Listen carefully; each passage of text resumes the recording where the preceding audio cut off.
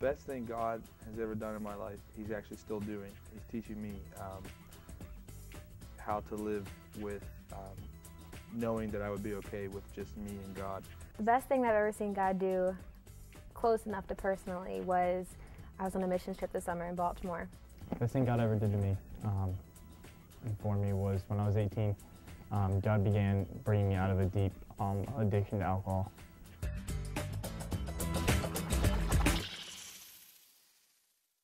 This kind of pops up in my mind first because for a period of time in my life, I feel that God gave me most of my heart's desires. I also started to put the desires and my wants and, even the things that I knew He had given me, I put those above my relationship with Him in itself. Kind of in some circumstances took away things that I was used to, situations, people, kind of just, shook me, and it kind of made me upset for a while and kind of shy away from God because I'm like, how can you take this stuff away?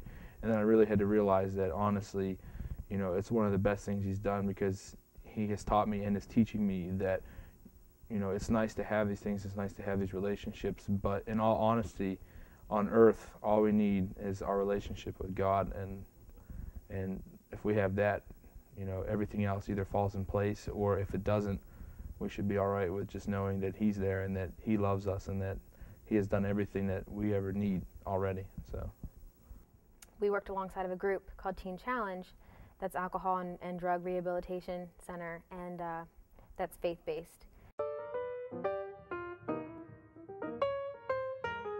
One of the guys that came with us was from Orlando, Florida, and he'd been in the program for just 10 weeks. It was his 10th week that week, and he was a member of the Bloods gang and down there. So what they normally do is they have a tattoo that says Bloods right here, and it has their area code here, and then the area that they're in. There was this one guy that was walking up the street, and he was just really big guy, and he just kind of was walking down and all angry and everything, and he said to the people that we were with, I don't want you guys down here, I don't want you to be around here, you don't know what it's like around here, and you don't know what it's like to live down here, and all this stuff. The guy's name was Rich that was with us, and Rich said, really, I don't know what it's like to live down here, I don't know what it's like to grow up like this. So he pulled up his shirt, and he had Bloods written across his thing, and so when the guy saw it, he just drops down to his knees in the middle of the street and starts bawling his eyes out, and they prayed with him and stuff. I don't really know what happened after that, but it just showed me, God can use different people in different situations, and it was pretty, it impacted me the most, what I could see, and it was just really cool. So what He was doing was for the best in my life, even though it really hurt and really sucked. It was for His purpose and His eternal will.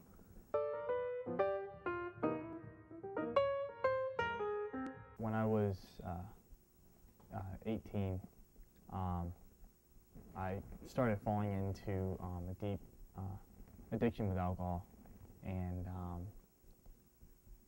through different situations, when I should have been dead in certain times and certain circumstances, God always, His grace was evident and was always clear, and He allowed certain people to come into my life that really encouraged me in my faith, built me up when I needed to. So many times with this addiction, you're sitting there and it feels like it's impossible. You can do it. You can overcome it with God's help and with the help of family and friends. You can't do it on your own. So many times people try to do it on their own, and it's really good to see, for people to see someone who has come out of this and is still working through these issues and is being successful in it with God's help.